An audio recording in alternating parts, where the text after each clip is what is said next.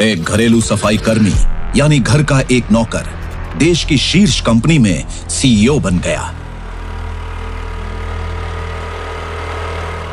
रुको, छोटे छोटे कामों के लिए इतना टाइम लगाओगे? मार्केट में भीड़ बहुत थी इसलिए लेट हुआ। हाँ, लोग तुम्हें ही देखते होंगे ना, तुम किसी हीरो से कम नहीं हो ना। अब इतनी देर जो लगाई है तो दिखाओ क्या लाए हो।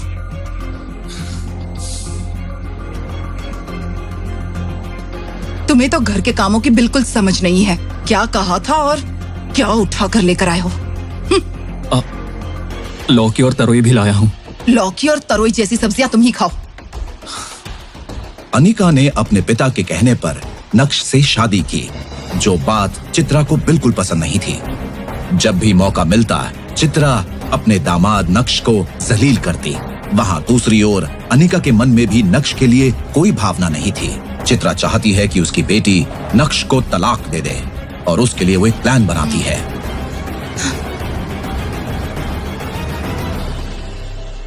अनिका, मैंने कहा था ना उसे किसी काम की समझ नहीं है। वो जो करता है उससे हमें गुस्सा आता है। तुम जबरदस्ती उसके साथ क्यों रह रही हो? मेरी मानो तो उसे तलाक दे दो। शादी को 2 साल हो गए हैं और वो अभी तक घर पर ही बैठा है। माँ, मैंने आपसे कितनी बार कहा मुझे कोई प्रॉब्लम नहीं है। हाँ। भले ही वो कोई काम करे या ना करे, मेरे पास जितना भी है ना मैं मैनेज कर लूंगी। आप खामोखा परेशान मत होइए।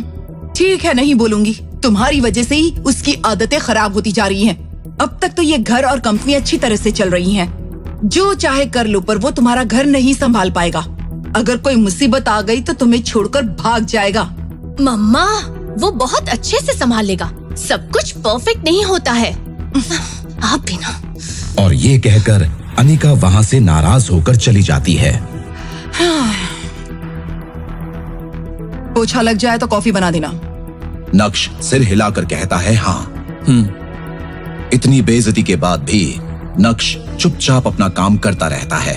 नक्श, हाँ? मम्मी को कॉफी देने के बाद जरा ऊपर आना।